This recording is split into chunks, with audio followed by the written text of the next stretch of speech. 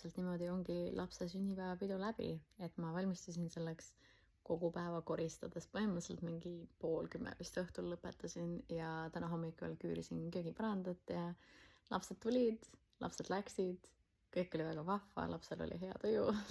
Kaunistuste tegemine eile võttis ka nagu mingi ülimalt kaua aega. Kõige kauem võttiski see õhupallide täispuhumine ja kaunistuste riputamine. Ja siis ma tegin lastele veel sellise snäkilaua ja nii-öelda party favors. Ja põhimõtteliselt keegi nagu ei pannud tähelegi neid. Ja siis enne peo algust ma saatsin Maigi Starbucksi ja siis ta tõi kõikide maitse järgi kohvisid. Kahjuks üksi ei saanud tulla, tema kohvi veel istub siin kapi peal. Selle ma joon raudselt varsti ise ära. Ja lapse kingitused on siin muidugi laiali juba. Nii see asi käib meileks. Maik muide arvas, et see tuleb hull kaos, et kõik lapsed jooksevad nagu hullult siin ringi, siis ma mõtlen, et nalja tead või? Nad on ju kõik mingi alla 3-aastased, nad on jumala rahulikud, et peaasi, et emme lähedal saab olla. Nii et väga lahe pidu oli.